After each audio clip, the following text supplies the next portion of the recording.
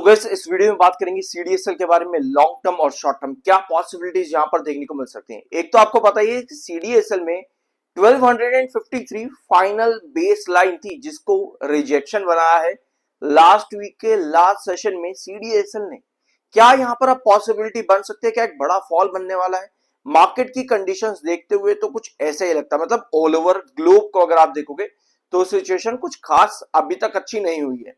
तो ऐसे में अगर हम ग्लोब की तरफ जाए, दुनिया की तरफ जाए तो चीजें अच्छी नहीं है, लेकिन चार्ट पैटर्न क्या 1253 वापस दिखा सकता है, समझते हैं। इसके साथ में एक कॉन्सेप्ट मैं आप लोगों के साथ और शुरू कर रहा हूं एक बार फिर से, आपकी सभी रिक्वेस्ट पर टॉपिक पर वीडियो बनाने का।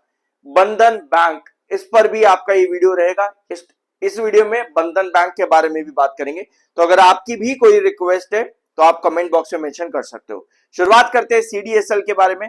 सबसे पहले हम लॉन्ग टर्म पर्सपेक्टिव से देखते हैं। लास्ट वीडियोस के अंदर मैंने आपके साथ price to book ratio, company का ईपीएस और साथ में कंपनी का पीई रेशियो, हमने इन तीन रेशियोज के बारे में लास्ट वीडियो के अंदर बात करी थी सीडीएसएल के। अब हम आते हैं कंपनी के आने वाले क्वार्टर की पॉसिबिलिटीज। क्योंकि किसी भी कंपनी पे जब आप इन्वेस्ट करते हो ना तो एक प्रॉपर रिसर्च जरूरी होता है। अगर आप रिसर्च नहीं कर रहे इसका मतलब यह है कि सिर्फ आप तुक्के कर रहे हो। अभी इस वीडियो को बनाने से पहले सीडीएसएल पर मैंने एक कमेंट रीड करा एक इन्वेस्टर का। वो कहता है कि सीडीएसएल 80% मार्केट शेयर रखता है इस बिजनेस में, मोनोपोली है सीडीएसएल की। लॉन्ग टर्म अभी यहां पर सोचो, आपको अभी इन्वेस्ट करना चाहिए। एक इन्वेस्टर्स का ये कमेंट है, एक इन्वेस्टर का, नॉर्मल कॉमन इन्वेस्टर का। क्या आप इतनी बात सुनकर के इन्वेस्ट करने जाओगे? मैं तो भाई बिल्कुल नहीं जाऊंगा। मैं पहले देखूंगा कि कंपनी चाहे मोनोपोली हो या कुछ भी हो, भाई कंपनी बिजनेस दे रही है या नहीं दे रही है, पहले हमें ये जानना जरूरी है। अगर आप पिछला एक साल देखोगे कंपनी का सीडीएसएल में तो आपको नजर आएगा कि पिछले एक साल में कंपनी ने बहुत बुरा परफॉर्म किया है। -6%, 0%, -1% और 9%। ऑल दो दिसंबर का क्वार्टर कंपनी का काफी बेटर था इन तीन क्वार्टर्स के कंपैरिजन में, लेकिन उसके पहले कंपनी बहुत बुरा परफॉर्म कर रही थी। और इसके पहले अगर आप देखोगे तो कंपनी के पास एक टाइम रहा बहुत बढ़िया भी, तो यहां पर आपको शेयर पर राइज भी देखने को मिला, लेकिन पिछला एक साल कंपनी के लिए बहुत बुरा रहा है। अब ये 9% ग्रोथ कंपनी ने दिया है एनुअल बेसिस पर। अगर आप यहां पर कंपनी के मार्च 2025 224 करोड़, जून 2025 259 करोड़, कंपनी के पिछले दो क्वार्टर पिछले साल के जो अभी आपके आएंगे 2026 मार्च और जून 2026, मतलब कि कंपनी को 224 और 259 करोड़ के ऊपर का रेवेन्यू देना है। क्या कंपनी ये पुराना ग्रोथ कंटिन्यू कर सकती है? इसके चांसेस काफी ज्यादा हाई बन जाते हैं, क्योंकि अगर कंपनी 300 या 325 करोड़ का भी रेवेन्यू देती है आने वाले दो क्वार्टर में तो वो ग्रोथ कंपनी का बढ़ेगा एनुअल बेसिस पर 80-90% के आसपास। तो इस तरह की पॉसिबिलिटीज पर आप लॉन्ग टर्म के लिए जाते हो, यानी कि आने वाला क्वार्टर कंपनी का रेवेन्यू 300 से 325 आना जरूरी है, ताकि आपका ग्रोथ भी इंप्रूव हो सके जिस तरह पहले कंपनी दिया करती थी। इस तरीके से आप करते हो किसी भी कंपनी में लॉन्ग टर्म इन्वेस्टमेंट। अब सिर्फ और सिर्फ ये ग्रोथ बढ़ने से क्या होगा, क्या फायदे हैं ग्रोथ बढ़ने से? कंपनी का पी नीचे आता है, प्राइस टू बुक रेशियो नीचे आता है, कंपनी का ईपीएस बढ़ता है।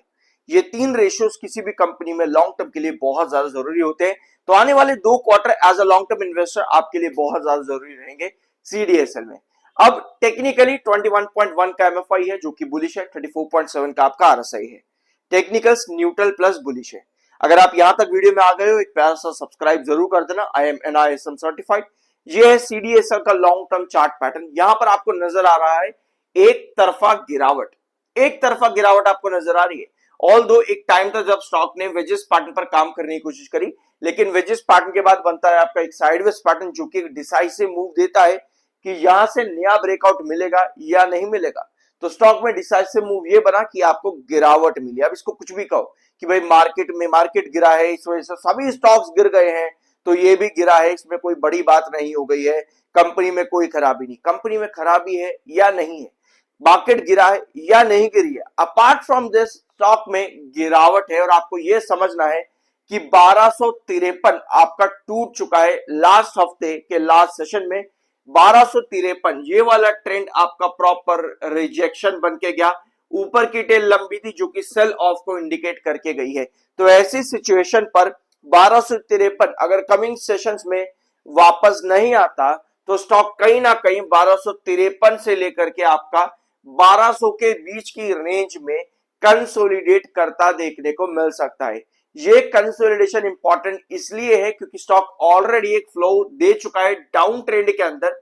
तो ऐसे में कोई भी कंसोलिडेशन जोन आपके बुलिश रन के लिए वेट करना जरूरी है 1200 से लेकर के 1253 के बीच में। अगर नहीं बन पाता है तो कहीं ना कहीं आप ड्रॉप कर रहे हो 1100 के पास में 1100, जो कि पहले भी आपका इंपॉर्टेंट ट्रेंड रहा है, और इसके नीचे 990 के पास आपका क्रूशियल जोन है जहां पर स्टॉक ने 2024 में भी इंपॉर्टेंट कंसोलिडेशन जोन दिखाया था। तो 1253 कमिंग सेशंस में आना जरूरी रहेगा सीडीएसएल के लिए।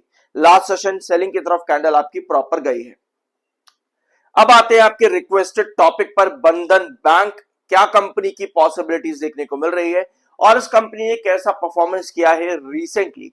पहले तो क्वार्टरली रिजल्ट्स पर आओ तो आपको यहां पर नजर आता है कि पिछले 3 क्वार्टर कंपनी के कुछ खास अच्छे नहीं गए हैं। माइनस ग्रोथ परसेंटेज इस कंपनी पर भी आपको देखने को मिल रहा है। वेयर एज अगर आप थोड़ा सा पीछे जाओगे तो यहां आपको कंपनी का बिजनेस बहुत डिसेंट चलता देखने को मिलता है। 11, 10, 19, 22, 21, 22, 17% तक के कंपनी ने ग्रोथ दिए हैं। लेकिन क्या बंधन बैंक में यही एक कोई कंसर्न यहां पर है? नहीं, बंधन बैंक में ये एक बड़ा कंसर्न नहीं है। बंधन बैंक में कंसर्न बड़ा ये बनता है कि कंपनी का ईपीएस काफी ज्यादा लो है, जो कि किसी भी कंपनी के लॉन्ग टर्म ट्रेजेक्टरी में अच्छा साइन नहीं है। और अगर आप एक साल पर कंपेयर करोगे तो कंपनी का ईपीएस लगभग 59% तक डाउन हो चुका है। 59% तक कंपनी का ईपीएस ऑलरेडी डाउन है और इसके कंपैरिजन में कंपनी का पी रेशियो बहुत ज्यादा हाई है। देख सकते हो किस तरह से कंपनी का पी रेशियो ईपीएस के अगेंस्ट में काफी ज्यादा हाई आ चुका है। टेक्निकली यहां पर स्टॉक न्यूट्रल है, 67.3 का एमएफआई है, 66.5 का आपका आरएसआई है। अब आते हैं बंधन बैंक के चार्ट पैटर्न पे। ये है बंधन बैंक का लॉन्ग टर्म चार्ट पैटर्न। इस कंपनी ने बहुत बड़े नेगेटिव रिटर्न्स इन्वेस्टर्स को दिए हैं। लगभग 2018 में स्टॉक का प्राइस 700 से लेकर के 750 के बीच था और आज की डेट में भी अगर आप देखोगे 200 भी ये स्टॉक क्रॉस नहीं कर पा रहा है।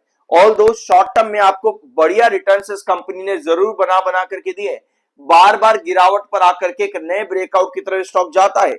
और अगर आप अभी की सिचुएशन देखोगे इस कंपनी में तो आपको नजर आएगा कि रिसेंटली स्टॉक ने बहुत बढ़िया रिटर्न दिए। यहां पर एक कप एंड हैंडल पैटर्न जैसी सिचुएशन भी क्रिएट कर दी जिसमें आपका क्रूशियल रिजेक्शन बनता है 185 के करीब। 185 आपका बहुत इंपॉर्टेंट रिजेक्शन जोन है। 183 के पास लास्ट सेशन क्लोजिंग दी है आपके बंधन बैंक ने। सो यहां पर आपका जो क्रूशियल बेस लाइन है वो लगभग 172 172 के पास आपका बेस बनना जरूरी है। 172 से 185 ये आपका ओवरऑल कंसोलिडेशन जोन होना चाहिए बंधन बैंक के अंदर। 185 को क्रॉस करते तभी आप किसी नेक्स्ट ब्रेकआउट की तरफ जा रहे हो, क्योंकि अगर आप इसका लॉन्ग टर्म चार्ट देख रहे हो तो आपको नजर आता है कि कई बार स्टॉक ने कप एंड हैंडल बनाया है लेकिन हर बार एक नए फॉल के साथ कप एंड हैंडल फ्लॉप भी हुआ है। ऑल्दो इस बार की सिचुएशन अलग इसलिए है क्योंकि पहली बार है कि स्टॉक ने एक्यूरेसी के साथ अपने पुराने रिजेक्शन को टच किया है। सो इस बार 172 पर आपका बेस है, 185 आपका इस रेंज के बीच में कंसोलिडेशन आना बहुत ज्यादा जरूरी रहेगा बंधन बैंक के लिए, तभी आप यहां पर किसी बड़े ब्रेकआउट का उम्मीद कर सकते हो। अदरवाइज हर साल की तरह फ्लॉप देखने को मिल सकता है और क्रूशियल बेसलाइन आपकी 130 के पास नजर आती है। क्रूशियल रिजेक्शन जोन भी एक बार यहां पर देख ले तो क्रूशियल रिजेक्शन जोन आपको लगभग 210 के पास नजर आता है बंधन बैंक का। तो यह कंडीशन इस समय दोनों ही कंपनीज की, सीडीएसएल और बंधन बैंक। और वीडियो की शुरुआत में मैंने आपको बोला कि मैं एक कॉन्सेप्ट आप लोगों के साथ वापस से शुरू कर रहा हूं आपकी रिक्वेस्ट का। तो जैसे ये रिक्वेस्ट आपकी थी बंधन बैंक के ऊपर और मैंने ये कॉन्सेप्ट बंद क्यों कर दिया था पहले मैं आपको ये बता दूं, क्योंकि कई बार क्या होता है ना कि यार आप व्यूअर हो, देखो मैं आप सभी की रिस्पेक्ट करता हूं, ऑफ कोर्स आप यहां पर नहीं होगे तो क्या ही फायदा मेरा कुछ भी अपलोड करने का, और मैं करूंगा भी नहीं अगर आप लोग नहीं देखोगे तो। ठीक है। कई बार क्या होता है, दिन में 100 लोग रिक्वेस्ट कर देते हैं अलग अलग टॉपिक्स पर, तो 100 वीडियोस बनाना आसान थोड़ी है, किसी के लिए भी आसान नहीं है 8-8, 10-10, 15-15 मिनट के वीडियोस बनाना। तो मेरी कोशिश रहती है कि ज्यादा से ज्यादा मैं आप लोगों की रिक्वेस्ट ले सकूं, और जो मेजॉरिटी टॉपिक्स है वो मैं आप लोगों के साथ डिस्कस कर सकूं, जिन पर आप में से ज्यादातर व्यूअर्स के रिक्वेस्ट है। क्योंकि सारे टॉपिक्स अपलोड करना आसान नहीं है, पर जितना कोशिश हो सकता है उतने मैं अपलोड कर देता हूं। और ये कॉन्सेप्ट मैंने बंद इसलिए करा था क्योंकि जब किसी का टॉपिक मैं अपलोड नहीं कर पाता तो आप लोग गालियां देने लग जाते हो बहुत ज्यादा, कि भाई मेरा क्यों नहीं कर रहा, तू पागल है, तू ये है, तू। तो वो चीजें मत करना। ये कॉन्सेप्ट मैं वापस से शुरू कर रहा हूं। मैंने बंद इसलिए करा था क्योंकि आप लोग गालियां बहुत देते थे कि टॉपिक नहीं मिल रहा मेरे को, मेरा तू किसी और का बना रहा, उसका बना रहा, मेरा क्यों नहीं बना रहा। तो शांत रहना, पूरी कोशिश रहेगी जितना हो सकेगा उतना आप लोगों के रिक्वेस्टेड टॉपिक्स पर अपलोड करने का। आई होप कि ये वीडियो आपको अच्छा लगा होगा। सब्सक्राइब जरूर कर देना। मिलता अगले वीडियो में।